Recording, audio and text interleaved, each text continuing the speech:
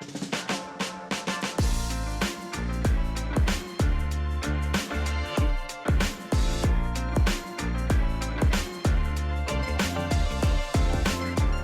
and welcome to another episode of Film Spill, a movie night podcast. I'm your host, Chelsea. Film Spill, if you already don't know, is a podcast that comes out every week, and we talk about a movie by a female filmmaker every episode. We also discuss women in the entertainment industry in general. We play slumber party type games, spill entertainment gossip, and get to know each other and our guest.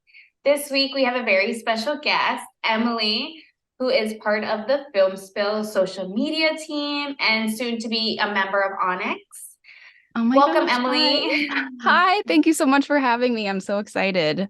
I'm so excited to have you on. This was like such a great movie that you introduced to me that I can't believe I haven't even watched. I've heard of the musical, but I never got into the story. So thank you so much for choosing Waitress for us to talk about today.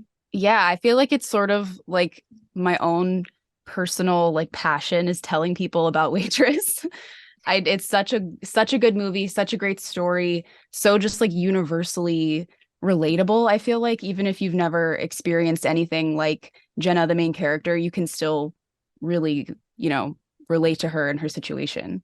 And we need people like you to keep spreading the word about Adrienne Shelly because I was actually watching the documentary about her life earlier today. I had to like go in and out of it, but one of the things that her husband is doing or was doing for the documentary was asking people if they knew of Adrienne Shelly as they were waiting in line to go see the musical. And then the tragedy about that was the fact that they said no, that they didn't know about Adrienne Shelly. And I'm like, isn't that so? It is so saddening because she's the one who wrote the story. Like, if it weren't for her, there would be no Waitress. Yeah. So definitely you're one of those people that we need to keep her spirit alive and to keep her story, still curating in today's media. No, I agree. And I really appreciate you saying that. Like, this movie has been so important to me my whole life. I watched it, I think the year it came out. My mom made me. She sat me down and was like, there's this movie, I need you to watch it. And I did not want to because I didn't know anything about it. And it's just called Waitress. It doesn't tell you anything about what's going on like inside the actual story. And then it became like this symbol, I don't know, of just like hope in my life. Like, I don't know, I feel like any problem that I have, I just think back to Waitress is like, it's going to be fine. Like, don't worry about it. It's going to be fine. I'll figure it out. Yeah, no, it really does give you that mentality. And as well as for like the ending, like I love the way that the film ends. It's very symbolic and it's a strong power move on her behalf and how she does see women in society and how she is a feminist and how she wanted to portray femininity. That's such a hard word to say. 100%. But how she wanted to display femininity in her films and like where she could have gone today as a writer director. And like, it's just so saddening to even like get into her story. And she had such a short life. She had so much to offer. And she was just literally at the peak of her career. So like it could have kept skyrocketing so much. But yeah, we'll get into that a little bit more. But we gave you guys a little a little taste, a little sneak peek. Exactly of what we're going to be discussing today. So stay tuned. Yes. But before all of that, let's get to know Emily a little bit more. So tell us about yourself, Emily. Who are you? Well, that is a complicated question. I am a writer, a director, hopefully a producer, just overall general film lover. And like I said, I've loved film since I was very young. I mean, Waitress came out in 2007, so I was like 6. Film has been something I've been passionate about for pretty much as long as I can remember.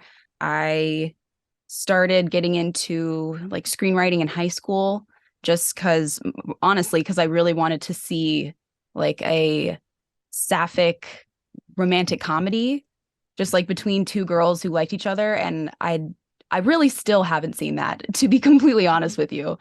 But that was my big inspiration, is like I just wanted to see a story that was light and funny and relatable that I could relate to in like my relationships. We're still getting there, but that's why I want to be a filmmaker, is to make things that not only I want to watch, but that other people really want to watch too and just haven't seen yet. Yeah, I love that.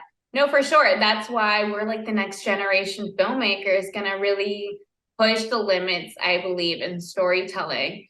And just being able to connect with your audience in general, especially right now, like how everything is going down. Like I feel like some issues are just carried on throughout generation, but I feel like throughout these years they've changed and how people are experiencing them. So I feel like that's how our story just keeps evolving, and that's the stories that we as the next generation filmmakers can explore. Like we can pick up those stories and just like keep creating new ones.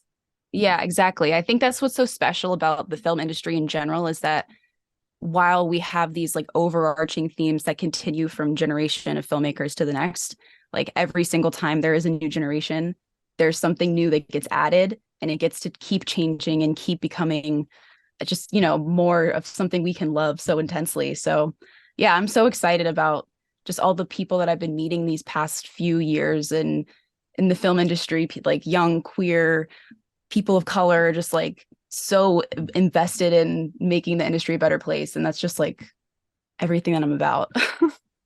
Yeah, no, for real. And especially, like I said, watching the documentary, you see or you hear about the sexism that females experience in Hollywood. I mean, we're still experiencing that in today's society. Yeah, it's more hush hush behind closed doors, but like it's still there. So, like, it's up to us to curate these environments where we feel safe, that we feel heard, and that we feel like this is a collaboration. Because the film industry, it's work of collaborating. It's not just one person making the film. If one person could do all the jobs put together that it takes to actually produce a film, then that would be like freaking incredible. You would be like Wonder Woman, Superman. And also we would be seeing producers or like studios make that happen much more frequently. That would be so cheap.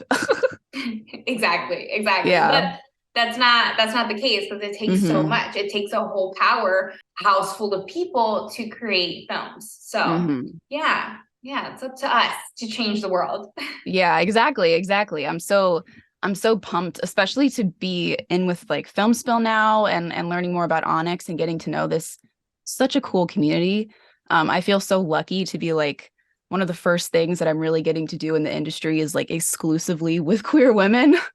It's just like I really don't know how I ended up so lucky. Yeah, so let's talk about your journey and how you first started off, evolving yourself in the film industry once you did graduate college. How was your experience with that and dealing with not going to school anymore and then, getting introduced to the industry hands on and being able to navigate that? Yeah, I think I honestly had a tough time. Not necessarily, I mean, I've always been really passionate and known this is what I want to do, but I think I just had a tough time really believing that this was something that was possible for me. I think growing up, I always had this sort of mentality that like I can dream and I can believe that this is going to happen, but it's such a big dream to become a filmmaker and to make movies and stuff, especially like none of my family does really anything creative. I'd say like most of my family are very creative people. They're just not in creative industries. So like I came out of the womb basically saying like I can't have a 9 to 5, it's just I'm too, I don't know, creative all over the place, like ADHD, who knows. But yeah, I think I struggled with believing in myself that this was a possibility. And that didn't really change until I like dedicated myself to writing a feature film, like a script, which was I think last November. And how is that coming along? I started the second draft a couple days ago. Wow, that's awesome, Emily. Congrats. Yeah, thank you so much. I'm really excited about it. I think going through film school for screenwriting, we wrote a lot of short films. That was mostly what the curriculum was, and I really, really enjoyed that. But getting out of film school, I was so like itching to write a longer project. And I just decided like I'm just gonna go for it. I'll just go all the way. We're going like 100 pages, 100 minutes, full length film. Let's see if we can do it. And I'm still working on it. So what do you see yourself doing with your script once it's done? Like, what are your goals? For this script in particular, I'd really just like to try and produce it with with anything that I have. I don't even think it would necessarily need a bigger budget. It could. Obviously, any movie could use a bigger budget. But my ultimate goal for this script and any script that I produce would really just to scrounge up as much money as we can and then make it with whoever I know. and then run it in festivals and see where it goes and kind of grow from there. I'm definitely a more like homegrown approach filmmaker. I don't know if it comes from like an insecurity where it's like, I don't know if I can get a big studio to produce my work, so I'm just going to do it myself kind of feeling, you know? I feel that. No, and that's, I think, where we get to be as creators. We're just like, all right, at this point, we'll just do it ourselves. Like, there's always been like a quote that's always resonated with me, and it's like, don't wait for the opportunity to come to you. But like, in that can be spread out in like so many ways where like us as filmmakers, like we shouldn't wait for one person to be like, okay, let's make your film. Let's just go out and do it. But even though like making films is just hard in general, you know, 100%. There's a lot of steps that goes into it. But honestly, the fact that you're writing and that you're creating stories, like you have a lot to work with, like, and that the fact that you enjoy doing it. So where do you see yourself in your career? Like, what are your career goals? Currently, I think, I mean, obviously writing is a big one. Ultimately, I would like to write and produce, direct my own scripts, as well as other people's as well. I think, I know we're working on your short film currently, Chelsea. Tell you soon, everybody go donate. I think that this experience of working on that film has also shown me how passionate I am about producing other people's work as well. I think in school, everything's so focused on like writing your stories, developing your perspective. And obviously that's incredibly helpful. But I think getting to work on someone else's story has been really, really cool and kind of eye-opening and thinking like, it doesn't have to be my work for me to be really excited about working on it, you know?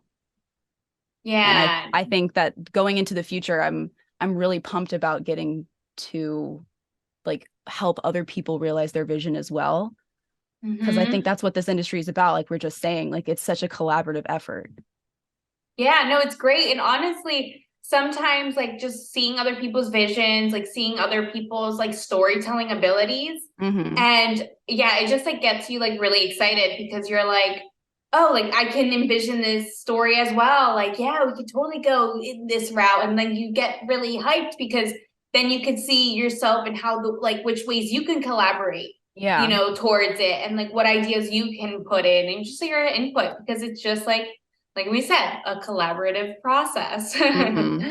Yeah, I think it's such a cool industry to be in. I feel like in so few other like job career things can you really work with someone to produce something that's both such a specific vision, but also so many people worked to make it cohesive. Yeah. You know what I mean? Yeah, no, it's great. It's an art. And you know, it took me so long to realize that instead of letting other people dictate what type of work that they were going to give me, I wanted to dictate the work that I'm giving to people. That sounds so wrong. Like, I want to be the boss, but like... No. And it's so cool to see people like grow in the industry together. Like it reminds me of Wes Anderson and Owen and Luke Wilson. They went to film school together. And that's like they made the first short film together, like Wes Anderson's first ever short, which was then picked up by, I don't know exactly what studio after the festival run, and it was made Bottle Rocket into like his first feature with Owen Wilson and his brother. And now those are like some of the biggest names in the film industry. And they started together making a short film. And it's like, it really is possible. Like the people that you're working with in the beginning could be the people that you're working with when you win an Oscar, you know? Yeah, like the Daniels, like the two Daniels that met in college that are now directing together. That's incredible to find another person that you can direct with. Like, what? Yeah, for sure. And it just goes back to the collaborative nature of the industry. Like, it's just such a cool thing. Sorry, I feel like I'm just gushing about how much I love the film industry, but it's just so cool. No, I mean, that's what helps motivate us is our passion, is that it keeps driving. Like, we do a lot of this work for free, guys. Like, we do not get paid to do all of this creative work. And it's a lot of work and hours that we put into it, a lot of our free time. And it's just because, like, we don't even see this as work, but we see this more as like passion. It's something that we enjoy doing, that we don't mind putting in the time. You know, it's like, what else am I going to be instead of creating these graphics for Film Spill? You know? Yeah. And especially like supporting these kind of things. I have absolutely no problem volunteering my time to support a podcast or a studio or even, a short film that it's not going to pay me, at least not right now. But like, we get to create something really cool that hopefully people will get to enjoy and see about this little slice of what we think the world is like, Yeah, and get to know more about film in general. Like, that's why we're here, right? To help curate these stories and to help, shining light to these people that I feel like deserve recognition, and that like maybe sometime in the future the roles are going to be reversed and people are talking about us, Emily, I know. That would be, I mean, that's the dream, right? Like, we sitting here talking about film and how excited we are for our careers. Like, the ultimate goal would be for people who are like us to grow up to want to do the same things, Like, I didn't realize that I even could be a director until I was in high school, because I'd never heard of a female director before. It never even occurred to me. And so, like, I didn't know about it either. Yeah, it didn't even occur that that's something that I could want to do, much less something that I wanted to go to school for and to like learn more about. And so I think the more female and queer directors that we see, the more we're going to see. Yeah, exactly. And the more that we keep putting our own voice out there, the more that people are going to accept these types of stories and aren't going to see these types of stories that we tell as like foreign, and that they're unaccepted, and people are still in those same like old fashioned norms and stereotypes that have been drilled in us throughout generations of film watching that we didn't even notice. And that's the problem, is that like we didn't notice as kids, and I'm sure that these kids don't notice now when they're watching certain things in the media. So like, it's up to us to keep shining light, keep this awareness going, and to keep people educated. Educate yourselves, guys. Yeah, and especially if you're interested in film, educate yourself on female directors. I mean, I know you're watching this podcast right now, so you're clearly interested in female directors, but like, joining Film Spill and doing research for the podcast has been such an educational experience for me, of like learning all these female directors and their work and the people they've worked with. And there's actually quite a bit of overlap of the female directors that we've talked about on the podcast, of like people who have worked together or people who have worked on those films, but you wouldn't know because they're just in the credits, So it's like, it's so cool to learn about the industry from this like inside perspective. Yeah, you learn it's a small freaking world. It is. And it's a small industry. Even though it might seem big, it's a tight-knit group. So, we'll end up bumping into one of these people someday. I sure hope so. But I'm glad that you've been enjoying researching female directors as well, because honestly, I found that to be like the most rewarding process of starting this podcast, is being able to learn more. Because honestly, like, realistically, tell me that you're gonna, on your free time, gonna start researching all these like female or non-binary film directors, and you're just gonna write these whole pages of notes about them, and then you're gonna come back to them eventually. Like, I don't know. Probably not. Like, I'm passionate, but maybe not that passionate. But I genuinely am so grateful to be able to like just have a reason to look up. Like, the person on my brain right now is Sana Hamri, who did the Sisterhood of the Traveling Pants 2. I was listening to the episode that you guys did on that last night. And I just remember learning so much about her and being so inspired by her like rise to her career. And I probably never would have ever seen her name if I hadn't researched that film. And that's so sad because she's such a talented director. All of the people that we research are. So it's so weird. Just like we're talking about Adrienne Shelly, I'm assuming everyone listening to this probably has never heard her name. And yet she has, she's the story credited on one of the biggest Broadway musicals. And no, she didn't even get to see it. Nope. No. So it's just like that. And obviously we'll talk about why that is. We're really teasing on the Adrienne Shelly part. But yeah, I think it's just the whole thing is so inspiring to get to learn from these people that otherwise I maybe never would have heard of.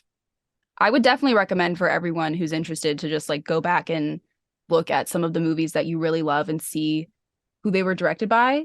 Because I think you might be surprised. I mean, even when I watched Waitress probably for a decade before I realized that it was written by a woman, much less the person who was in the film, one of the actresses. So like I was very surprised when I found that out. So I would say like go back, check it out. You might find some pretty cool information about your favorite movies. Yeah, do it. Well, today I do have a game in store for us that I'm really excited about. I told Emily to get a pen and paper. So Emily, you should have a pen and paper at your disposal. I followed some instructions. So I have them. Yay. Okay. So this is it. And this is going to get our audience involved. So we won't know the winner until after this episode is released. Dun, dun, dun. Okay. So today's game is we're going to come up with what we believe is our best pie recipe. So we're pretty much doing our own pie contest and we're battling it out. So I'm going to give us time to draw out our pies and to like customize our pies and what will be our like signature pie dish. Yeah, I'm very excited for this. If you don't know anything about Waitress, this is probably confusing. But it is movie based around the idea of a woman who can really make up some pie recipes. So this does make a lot of sense, and I'm very excited. Yes, and at the end of the film, there's a whole bunch of different like variations of pies. So that also gave me the idea, like, why not customize our own pie? And why not? Yeah, I love it. Okay, awesome. So while we draw our pies, we will be discussing some, fun facts, our favorite moments, some things about the film. So before we get into our discussion, a little more sneak peek. My first question to you is, what was your favorite part of the film? Okay, my favorite part of the film, honestly, is probably the end or near the end when she has just given birth to her baby. Once again, if you've not seen Waitress, this might be confusing. But she has given birth to her baby and she doesn't want to look at it immediately because she's had this struggle with connecting with her pregnancy and the idea of being a mom. And then finally she looks over at her baby and she just goes completely silent and she just asks the nurse to hand the baby to her. And she's just like, oh my God. I just love the way that she says that. And they don't tell us what's happening. They don't tell us in explicit detail, like, or really with her relationship with the baby at all. We just see her hold her daughter, her Lulu. I always love that they named the baby that. And everything blurs except for her and the baby. And I think that moment is so powerful, particularly because of everything that she had been going through and her opinion on motherhood and the way she expressed that it was showing that like, it's okay if you don't know what you're doing. You don't know how you're going to react when you have your baby. And obviously not everyone gets that sort of special, overwhelming love moment. But I think for the purposes of the film, it really shows her growth, but also this like renewed sense of hope for her. Because I think by that point in the film, she's so hopeless. Like she doesn't believe that like she's going to get to escape and have this life that she so desperately wants. And in a way, like the thing that she believed that would limit her the most is exactly the thing that gives her the power to let herself escape. Yeah, no, I love that. And I was so happy that she did that she finally said good riddance to that partner of hers Oh because I gosh, yeah. literally was just like, just leave him. Mm-hmm. He doesn't deserve you and your pies.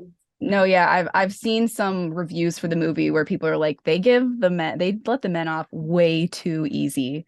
Like no one actually gets punished. He's just like escorted somewhat violently from the hospital, but that's of his own mistake. Yeah, or like when he comes and picks her up at the party, the Mm-hmm. wedding, and Yeah. the way that like he reacts, I wouldn't have let her go. I would have been like, no, she's staying with me. No, yeah, I definitely would not have let her go. I was thinking about that. I watched it last night. I was watching that scene and I was like, I would not have let this like lovely pregnant lady leave with this horrible, horrible man. Um, Yeah. No, he was vicious. He was so controlling. And then you know what like irked me was the mm, fact that he was like, don't love the baby more than me. I'm like, hmm calm down. I'm sure so many people have had conversations like that with their husbands, unfortunately. I think this movie does such a good job of sort of representing this like mentality of, you know, maybe being pregnant and being a mom like isn't this a 100% lovely, joyous experience that everyone says it is. Like obviously you're going to have a baby, so at some point you might get with the program, but I think it really represents this mentality of like you don't have to be super excited. You can be scared, you can be unsure, you can be downright like unhappy that it's happening to you and still love your baby and still have this like lovely life that you wouldn't have been able to actually dream of happening, you know? Yeah. No, and also like she was trying so hard and the fact that she kept referencing, oh, I don't have the funds, like I don't have the means to just like pick up and leave, like Mm-hmm. allowing that to be the first initial restriction. But Yeah. then once I feel like once she saw her daughter, she didn't even care about the restriction anymore. She was just like, Yeah. whatever, like I'm doing this for her because I don't want her to grow up this way in this type of Yeah. household because Mm-hmm. it would have been so bad. And, you know, I know realistically people do stay to keep their families together. You know, Mm-hmm. this is something that does happen realistically in relationships. And it's like, Mm-hmm. it's so sad to see that like a woman can be treated so ignorantly and like if we are like property, you Mm-hmm. know? Like Yeah. especially like when he wanted to like make like love to her, he's like, "Oh, I own you." Like he like the even this mannerisms of the way that he was talking, I'm like, "Oh my God!" Like it's just so demeaning. Mm-hmm. And I just think this the horrible part of it is like there are I'm assuming so many people who have watched this movie are like I I've had that conversation. I have been in that situation.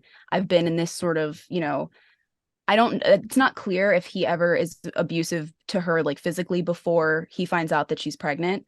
Because there was that scene where he slaps her and hits her in her head. But there's it's not clear if that's happened before, but I think it shows that like this relationship was abusive for a very long time, way before he hit her. Yeah, And exactly. yeah, and I think especially like I said, I saw this movie for the first time when I was really young. I didn't necessarily pick up on like the really manipulative like mental parts of their relationship, but I could still tell like this is not happy marriage. This is not a situation that anyone wants to be in.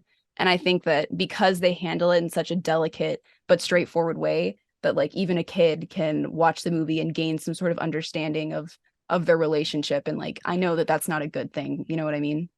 Yeah, like I know it's not a good thing. Like I don't deserve to be treated like that. And Yeah. that you don't need a man in your life. You don't need anyone but yourself. No. I also think this was probably one of the first movies I ever watched where like there was a romantic story where not only did they not end up together, but the woman chose not to be in a relationship. Mm. And like she chose to be a single mother. Yeah. The ending where you see her walk out and it says Lulu's Pies, and Mm-hmm. then she like walks out with her daughter, I think is like the best scene because Mm-hmm. it's so symbolic. She got her restaurant. She got to be her own boss. Like she didn't need Mm-hmm. him. She didn't Yeah. need anyone, but also she did get that like lump sum of cash Yeah. from Yeah. that elder man, but that Mm-hmm. also symbolizes that you never know who's truly alone and who Mm-hmm. really truly needs a friend. Yeah. Always be kind to one another. Yeah, the her relationship with Joe, the old man who owns the pie diner, is one of my favorite aspects of the film because it just comes out of nowhere, and also it's just so sweet. He's not necessarily like the perfect good man, but like he really comes around, and like you can tell why him and Jenna have this like sort of close love for each other. Yeah, she can deal with his persona, and I love that. I've had customers in the past where they're not the friendliest people, but I just deal with their persona, and like it just like you just understand them as people. So you just like, yeah, it's just a Joe. Yeah, I completely agree with you. Now, did you finish your pie? I finished the drawing. I didn't necessarily like write out the recipe, but I could tell you what was in it. Okay. And I was thinking that we should come up with our own name. Okay, Just I like, did come up with a name. okay, cool, cool. Okay. So I drew Film Lover Pie. That looks actually really cool. I realized that I probably made it too small on the page, but I thought it would be cool to sort of take the cool like what I love about watching movies or like the traditional movie experience and make it into a pie.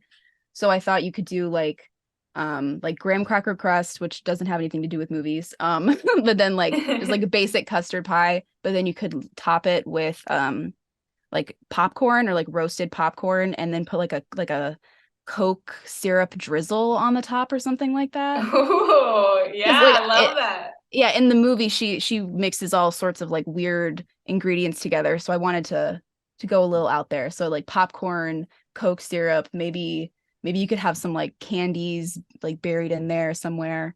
I think that would be fun. I love that. Wow, yours is like so much more like out of the box than mine.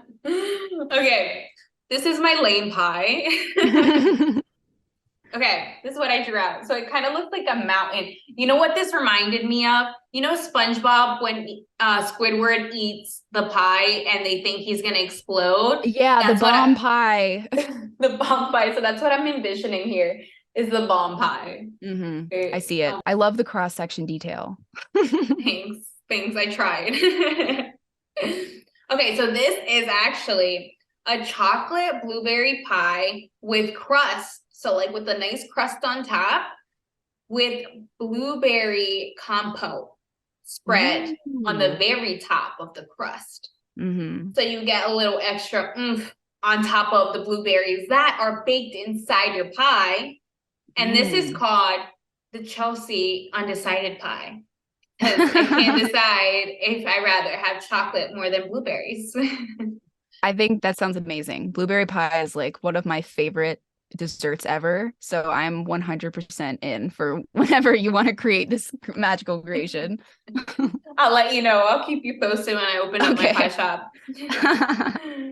So now it's up to you guys, listeners, to see which pie you would prefer. Emily's awesome filmmaker pie or my boring chocolate blueberry combo pie. It's gonna be tough, but I'm excited to see who takes it.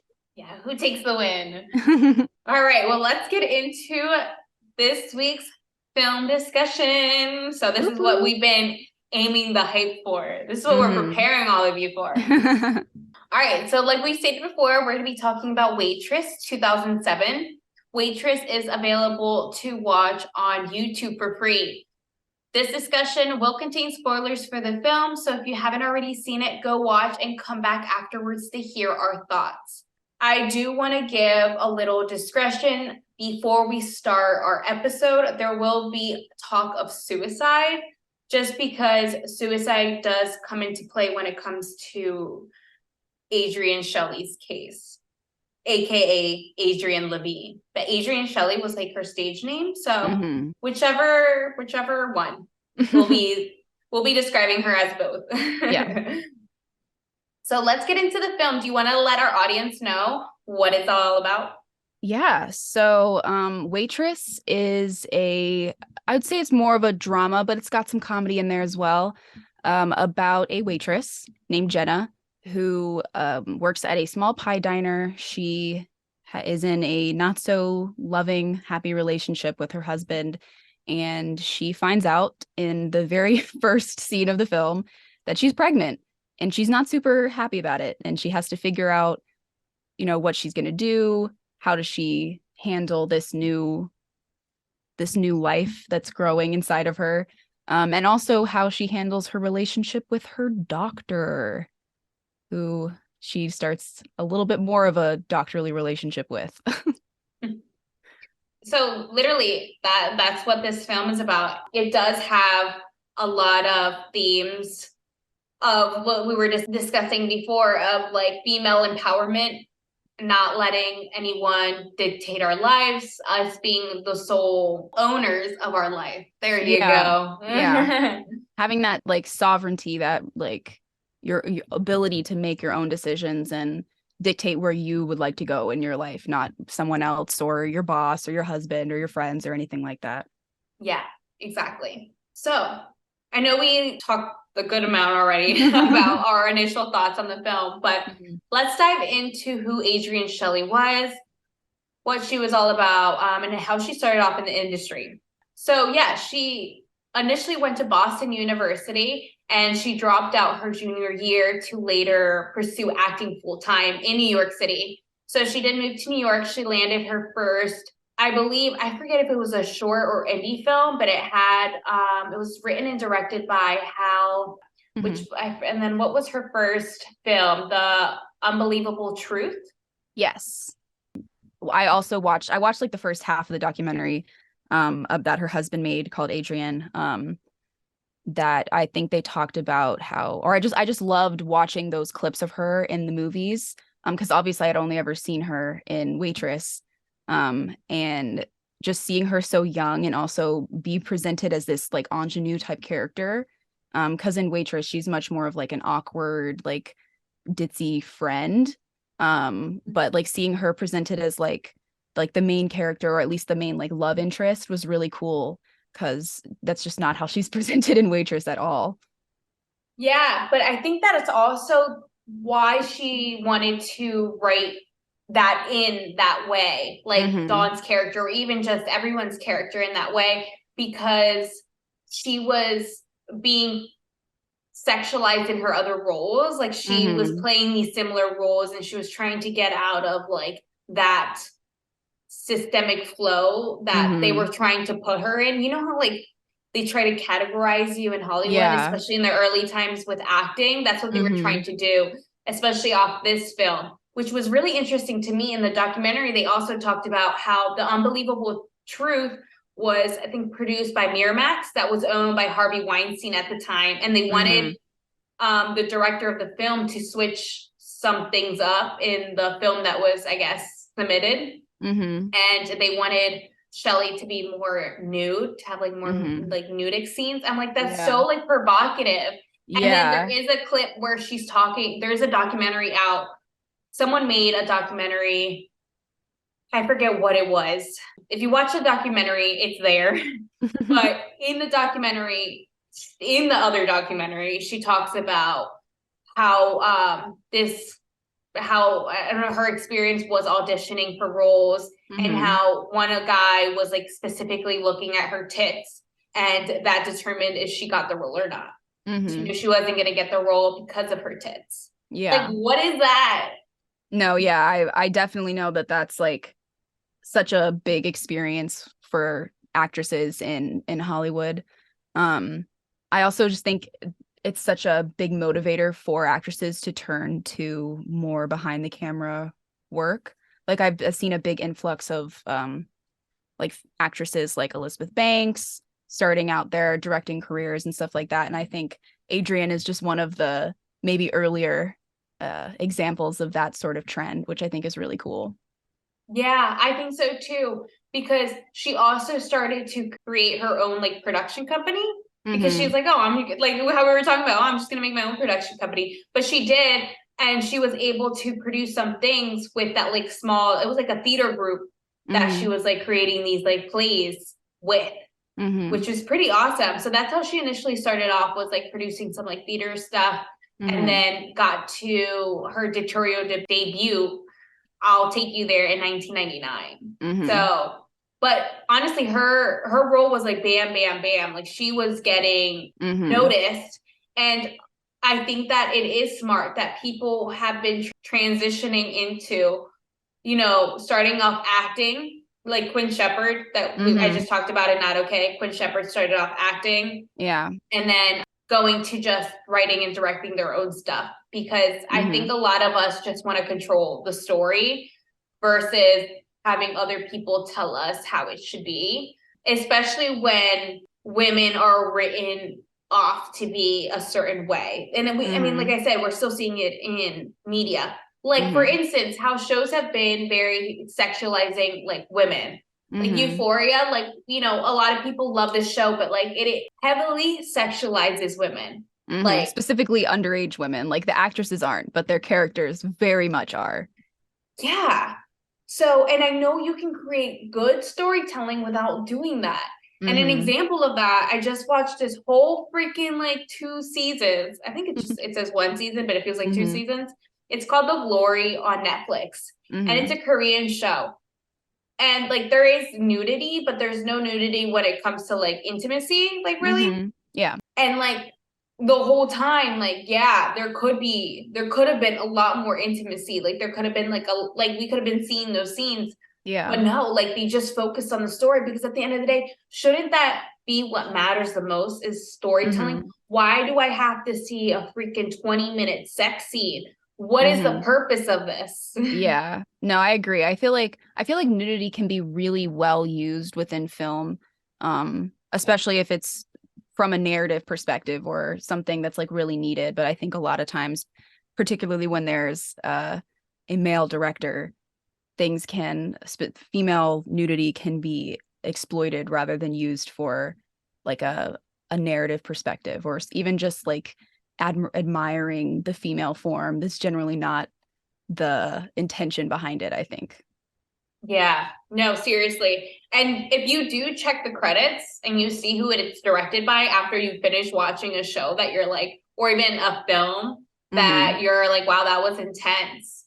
And then you see it's directed by a man, then you understand why it's intense and why they feel like certain scenes are needed. And you can tell the male gaze is initiated in these films because of where the focus is.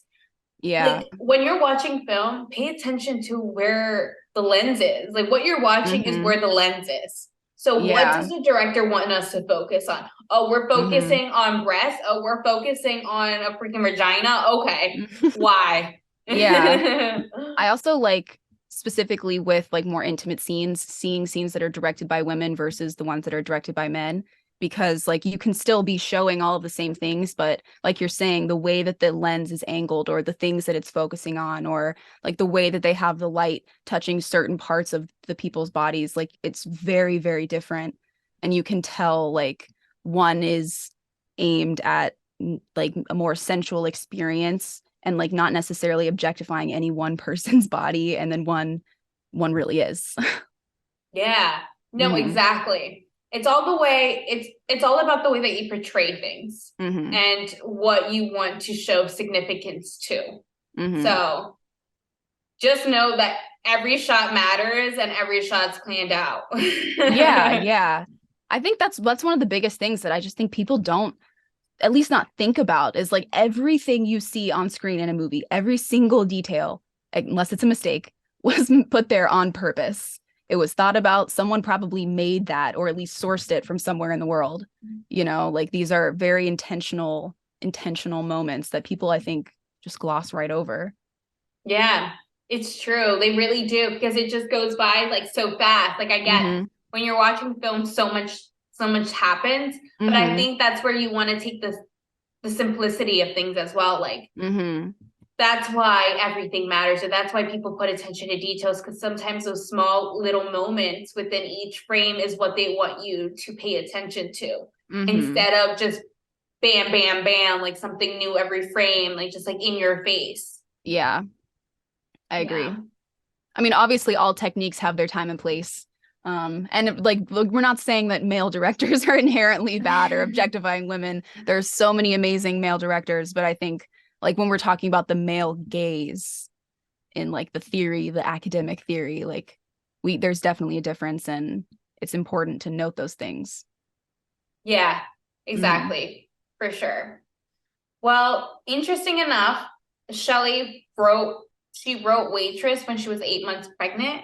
So that really helped her reflect her own experiences of going through pregnancy and being able to write that in. So authenticity, like I always say, like being authentic can really shine in your work. So definitely always stay true to yourself, because yourself is what stands out as being unique. Yeah, I think the movie really shows too that this was written by like from the perspective of someone who was scared of having a baby. Like I know in the documentary they talk about how she was a little unsure and she was like, "Wow, I found myself pregnant and I don't really know how I feel about that." And I think that you can really, really tell, like if this movie had been written even when she wasn't pregnant, like even if she had had her baby but she wasn't pregnant, I feel like it still wouldn't have had that sort of like urgency or like really timely sort of feeling, and like you're going along this experience with her rather than like reminiscing on it. Yeah. No, exactly. I think that with any experience, like I can't talk about experiences that I haven't personally gone through because I don't know the feeling of it. Like definitely being able to feel something and understand that a lot better, like transitions into your work and how you describe things transpires in your writing. At least I have tried to do that in my writing, is like I try to like really put my feelings out there on paper, but sometimes honestly it's hard to even do that, to like even comprehend your feelings and how you're feeling about the situation. Yeah, I agree. And I think that was probably a really helpful way for her to really understand those feelings that she was having. I can't imagine how terrifying it must be to be pregnant and not like 100% thrilled about it. Yeah. So knowing knowing that that's the experience that she was having and that she felt the need to write that experience into a movie, I think is really inspiring, and also just sort of goes to show that when you're watching any movie or anything like that, you're actually sometimes watching someone's diary or just like their innermost fears and thoughts put down onto paper that was then put down, or I guess put up and then captured on film or digitally. So it's really cool to see that like this was an example of someone who used something that they were really going through in the moment to do something really amazing for their career. You know what I really loved seeing was shots of her directing and going back on set and then coming back. Like that is amazing. Like it really is art in itself. Is not even just writing, directing, but also starring your film and like what it takes to really know what you want. Like you really need to know what you want. And you can't be like kind of like, maybe let's try this out. Like, no, there's a lot going on and you're in charge of so much that you like better come in with the vision and know what you want so we can execute this and move on. No, yeah. I love seeing the videos and pictures of her shooting the wedding scene because her character gets married in the movie and she's wearing a wedding dress, but she's also wearing a headset and she's looking at the monitors and she's like pointing and telling people like, I want this shot here and I want that angle. And it's just like, this is a woman wearing a wedding dress directing a film. And like, this is such like the antithesis of everything that we've been taught like a film director looks like. And she's just like doing it with such like power and femininity, but also just like she's just so cool. She's just such an idol of mine, and those pictures in particular are so inspirational. Yeah, they really are inspirational. Like it makes me want to do that. Like it makes me want to try to get back into acting and like potentially, write a role out for myself and like star in it a little bit, just like be in my film. Like why not? Yeah. It's like not shying away from being able to do it all. No, yeah, I think, and especially because the baby in the film who plays her daughter at the end, Lulu, is her daughter. So she was being a mom and being a director and a wife and a writer, and I'm assuming she was producing the film as well in some capacity. So it really shows you like you can have everything that you want and still have the career and the I mean, I was going to say the glory, but she didn't necessarily get the glory, but she would have. So I think it's just she's just I'm stumbling over my words, like starstruck over this person. I hope one day that I would love to be able to meet her husband and just tell him how much this woman means to me. Yeah, her husband, her daughter, like her daughter is already all grown up now. It was nice to see that she was incorporated into the documentary because I was like curious about that, learning about her murder, about like, oh, what about her daughter? Like her daughter was so young. I believe Sophie was either 2 or 3 when she passed away. Yeah. I mean that she died only a few days before they found out the movie was going to Sundance. So she could have only been a little bit older than she was when they shot it. Yeah, no. That is so tragic, especially being able to get submitted into Sundance, get accepted, like having that whole experience is just, it's so annoying that someone would do that and interrupt someone's livelihood for no reason. You know, it's just like the audacity that people have is just mind-boggling. Yeah, I think it's also just like every creative's worst nightmare. Like every person who feels this passionate need to create something, it's just like your absolute worst fear that it will come to fruition and you will make it, but you won't get to see how it actually turns out. I hope that she did, like somewhere in the universe. I hope that she knows exactly how influential her work was and how many people care about it, even if they don't know that she created it. And just like she did get to go to Sundance. Like I'm sure that like everyone who wants to make a movie wants their movie to go to Sundance. So like I'm hopeful that she does know and that she did get to have that sort of like little celebration to herself wherever she was, Yeah, like she made it. She was making it. She was really making a name for herself. Let's get into like the whole murder situation. We're gonna turn into a true crime podcast right now, briefly. So sadly, Shelly was murdered less than 3 months before Waitress would premiere at Sundance, and days before she found out that the film was accepted, which is what we just talked about. Her husband, thank God for her husband, Andy Ostroy, continued her legacy by producing her other film that she was working on, Serious Moonlight, a script that Shelly had written before her death, which is so, that's what you need. You need that all-time supporter. And like we were talking about before, he created the documentary Adrienne that's available to watch on HBO MAX. So if you have a subscription for that, go watch it. Honestly, it's a really great documentary and it really touches my heart. It has made me teared up. Like the film itself made me cry at the end. And this documentary really did make me cry as well. Cause it's just like, it's so sad to see, like, I don't know, I could resonate with her a lot where she knew what she wanted to do from the very beginning. She knew that she wanted to act. And that's initially what I started doing as a kid. Like I knew I wanted to be in front of the camera. I knew I wanted to work in entertainment.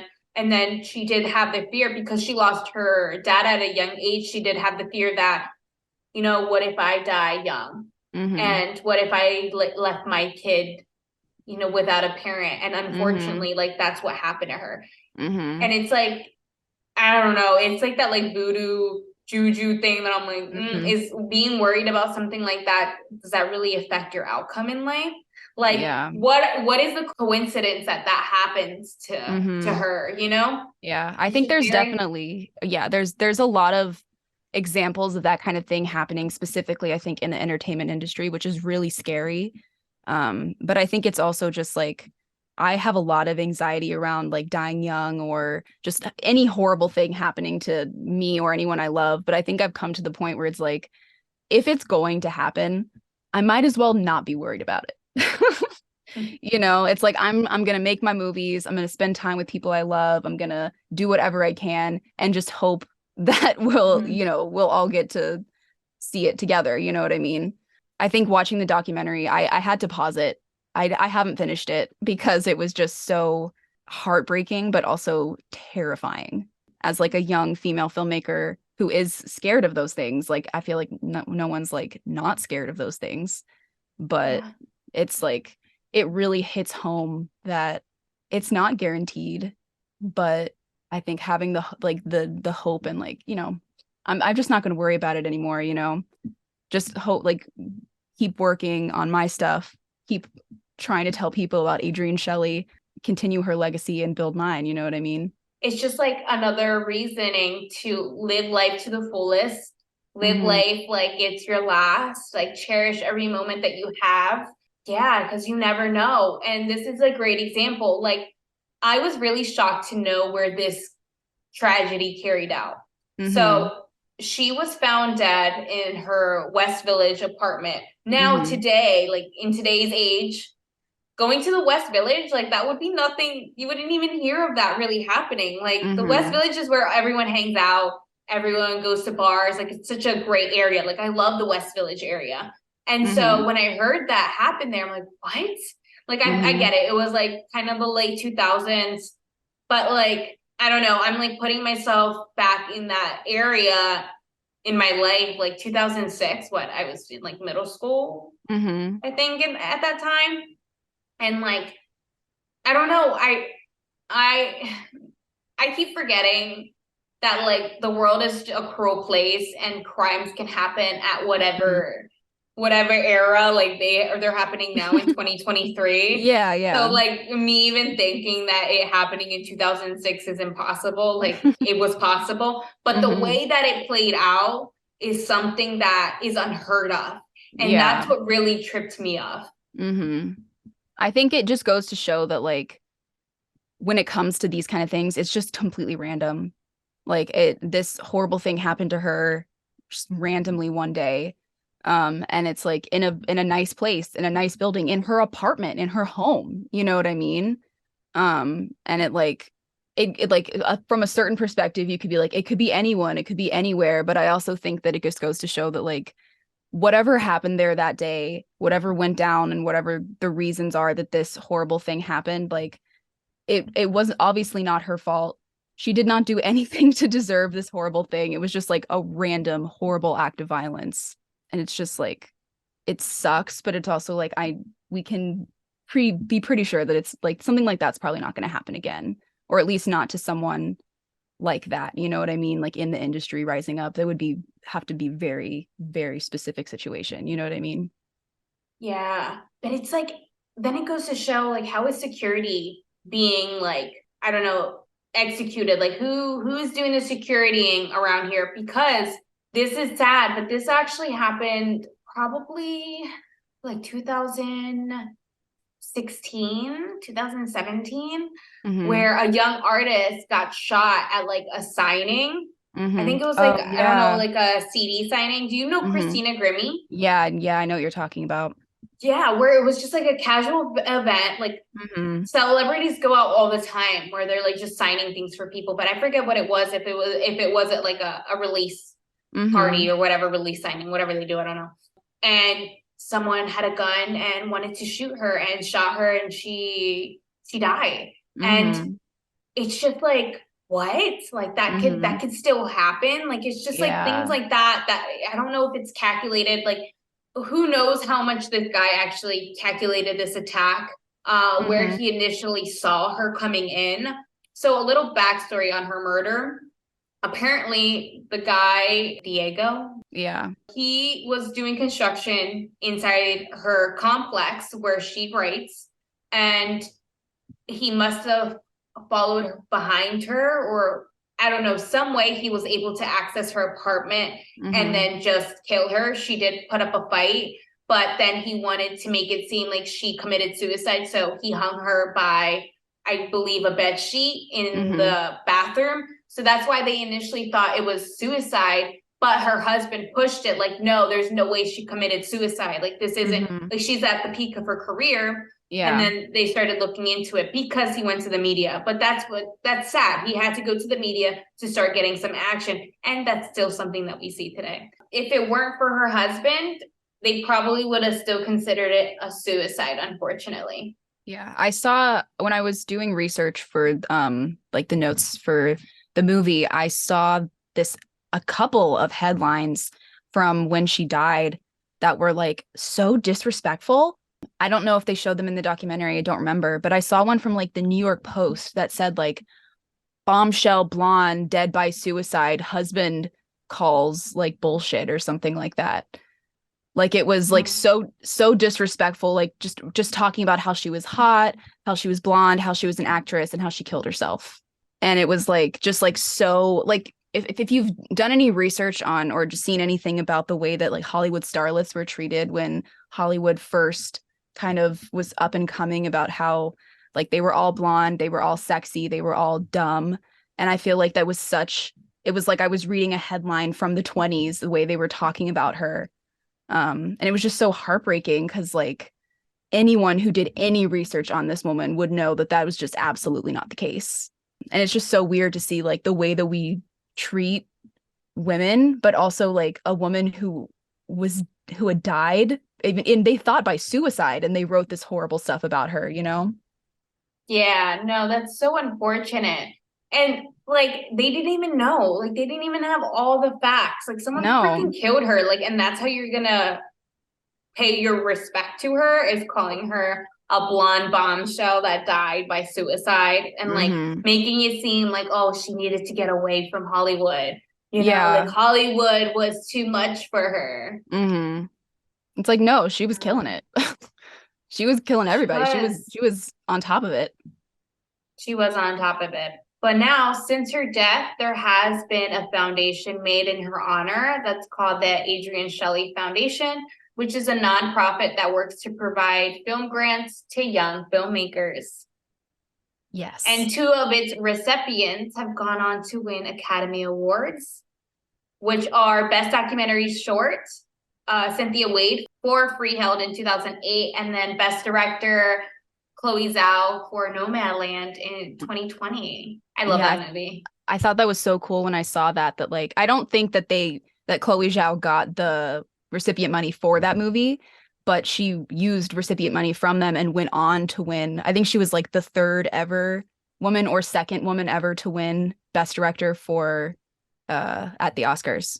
So I think that was really cool that like in a way Adrienne Shelly was able to help a woman win Best Director. I thought that was so amazing.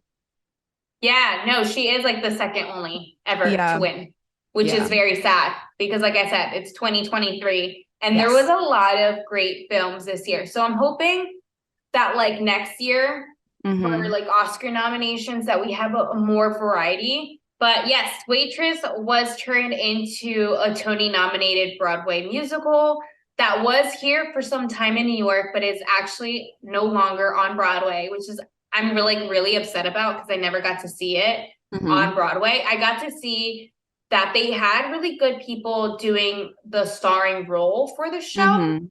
A lot of great singers, like Sarah Bareilles was on Broadway. No, yeah, I think the soundtrack for Waitress is one of my favorite Broadway soundtracks. I think it's so beautiful. I'm a little disappointed that they didn't include the song that Jenna sings in the movie. I always thought that was a really missed opportunity, but it was probably like a licensing thing. Because I don't know why you would make a musical that had about a movie that features a song and not include that song. But I think it was probably just a licensing thing that they couldn't get it in there. Maybe. No, but I know I did it when I was looking at the soundtrack. I'm like, oh, this song isn't here. Because I thought initially when watching the film, I thought that I was going to have more music references besides just that one song that she sings when she's baking the pie, like the mom between her and her mother. But turns out that was the only one. So then listening to the soundtrack, I'm like, oh, okay, so they had to come up with all these songs. But none of them were that one song. Yeah. They changed a lot. Well, actually, I think it's pretty close to the story. I think the tone is just different. It's not quite as like quirky. I feel like it's a little bit more mainstream, which makes sense. And also Adrienne wasn't involved. So like her quirkiness probably it didn't translate to the stage as much as it could have. But I do think the musical is absolutely phenomenal. And I think it captured a lot of what made Waitress really special. You can actually watch the musical on YouTube for free too, like the full thing. Oh, wow. I saw it in high school. I ended up getting to go see it. It was obviously not the Broadway version. I saw it on tour. But it was still a really, really incredible experience. Especially as someone who was a lifelong Waitress lover, it was really special. I would recommend everyone, if you're going to watch, I would watch the movie first. If you haven't seen either of them, watch the movie first and then watch the musical. But I would say do both of them because they're really good. Yeah, and they're free. So it's like, go watch it. Like, why not? I understand having to pay for things and not wanting to. Completely get it.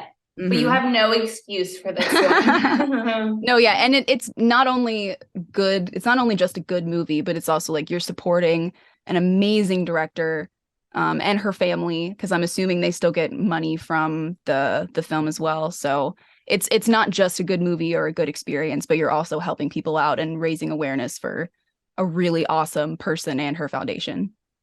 Yeah, like let people know when people talk about Waitress, oh, it's directed by Adrienne Shelly. It was written and directed by her. Like she is the creator of Waitress. Like people now, every time like hearing about Waitress, they're like, oh, the Broadway musical. Like, no. No, it's a film. Yeah, I remember when I first heard that it was being made into a musical, I feel like there was this tinge of sadness because for me, it felt like I'd never met anyone who'd ever seen this movie before. It felt like such a personal movie for me. And then I remember feeling like a little bit of sadness because it became this like huge big thing. But then it was just really exciting because it's like finally everyone knows about this movie and or at least the story, right? They might not know that it's based on a movie, but they know about Jenna and they know her life and like the characters and everything like that. So I think it's amazing that it was made into a musical, and I'm glad that if not her name, the story got to continue on and become this like huge international success. Yeah, like I wonder who was like, this should be made into a musical. Yeah, I did a little bit of research on that and I couldn't find like any like one person, but I did find I think I wrote it in the notes that the entire production team for Waitress was female for the Broadway musical, which is not normal. Oh, that's incredible. Mm-hmm. Wow, I love that. Yeah. As it should be. No, 100%. Like I think it's so cool when that kind of thing gets made and you can tell in the product like Waitress is such a special musical, just like the movie is so special. And I think particularly with the subject matter, it's not something that an all male team could have produced. Yeah, well, especially the complexity of the story. Like I feel like it's not meant to produce that type of genre and storytelling. Not that they can't write romance dramedy, but you know. There's just some things that it's like a cis man just doesn't understand. And like that's fine. That's okay. That's the way it should be. You know what I mean? Yeah. You can't have everything. Yeah, exactly. I'm saddened though that they took it off Broadway. Like what determines them taking it off Broadway? Because like honestly, there has been shows that are on Broadway that I'm like, well, why is it still on Broadway? Like, it's been so long. I mean, I don't know much about it. I feel like there's some factors that we can know, like people who go to see it, if the amount of people, if people keep going like every single night, it'll probably stay open for a while. And I'm sure people's kept going to see Waitress, but yeah, it is a shame that it wasn't able to keep going on Broadway longer. But just the fact that it was there, that story got to see one of the biggest stages in the whole world is just like, I'm assuming bigger than Adrienne could have ever imagined. You know what I mean? I don't think anyone who's just making a movie based on their own personal experiences would imagine that it could become something that was so much bigger than them, you know?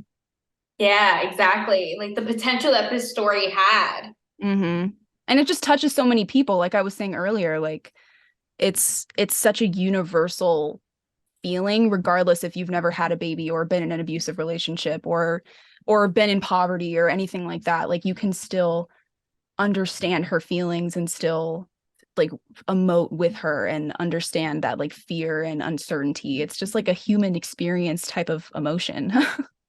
Yeah, exactly. And you feel for her, like you're on this journey with her and you're advocating for her to be with like the doctor. You're like, you know what, he should just leave his wife. And then you meet the wife and you're like, oh no, and you feel bad. I think that's such an important part of the story too, which I used to be really upset by when I was a kid. Because like I said earlier, I don't think I've ever really seen a movie like that where they build this relationship and she talks about how wonderful he is for her and how happy she is with him. And then at the end, she's like, this isn't right. We should not be doing this.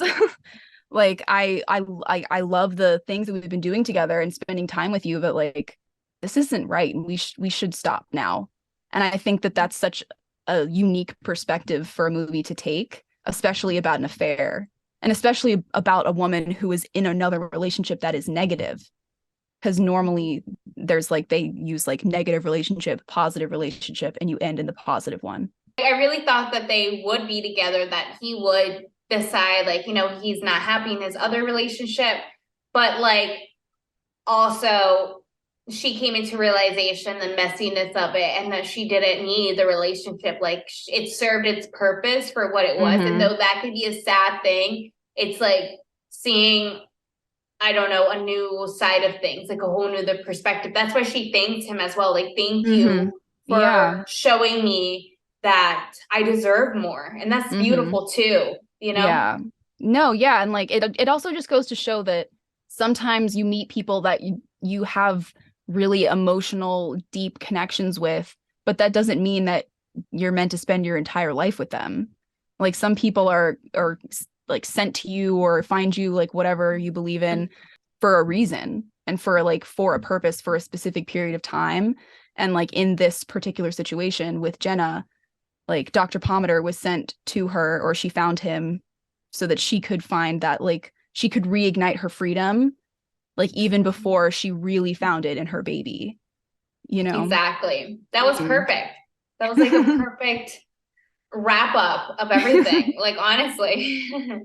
Just watch it. Just like if you have time, if you're interested, just watch the movie and see how you feel about it. You don't have to love it. It doesn't have to be your favorite movie. It's kind of weird. It's got some weird things in it. And I know it's not everyone's cup of tea, but like if you're in the mood for a movie that's going to make you think about your life and how you want it to turn out and where you're going with it, and but also end in a really happy place, like you're going to leave the film feeling happy and joyful and hopeful about your life no matter what it goes through, or you know, just the fact that nothing or something horrible happened to Adrienne, but like she still had this love and hope in the world that she put in her film. And I think that everyone can take that into their life, and like no matter what's happening, you can be hopeful that it's going to be okay, you know? Yeah, like through all the tragedy, just know that it's going to be okay, that each day is a new day, and keep believing in yourself. Do not put your faith in other people's hands. Like you are the person who knows what's best for you 100%. Yeah. Like you are your person. Yeah, you are your person. That's what it is. Or you know, your child named Lulu. That could also be your person too. Yeah, exactly. Well, thank you so much for listening. This has been Film Spill, a movie night podcast. You can follow us on Instagram, TikTok, Pinterest, all are at Film Spill Pod. Tell a friend about the podcast if you like, and leave us a review on Apple Podcast. That will help other people find Film Spill too. Special thanks to Onyx Films for promoting us. You can check out Onyx's other projects at Onyx-Films. And where can we find you, Emily? Where's your socials at? How can we stalk you? I guess Instagram would probably be the easiest. I don't post a whole lot, but I'm pretty much always on. So my current I think is, oh gosh, I don't even know if I remember my own Instagram at. It's okay. It'll be in the show notes. Yeah, I apologize. I'll learn my own social media handles for the next time. Gotta promote yourself. Well, also you can check out Emily helping me out with Tell You Soon as my first AD. So we will be coming out with more updates about the film. You can also check out Tell You Soon at Tell You Soon Film. And check out our GoFundMe page. Go support the film. Yes, donate. Share, please. Hope our dreams come true. We're trying to create movies here, guys. We're trying to create our production company. We need films to do it. Yes. We're starting our dreams. Please come with us. Exactly. Until next time, don't cry over spilled film. Film. Film.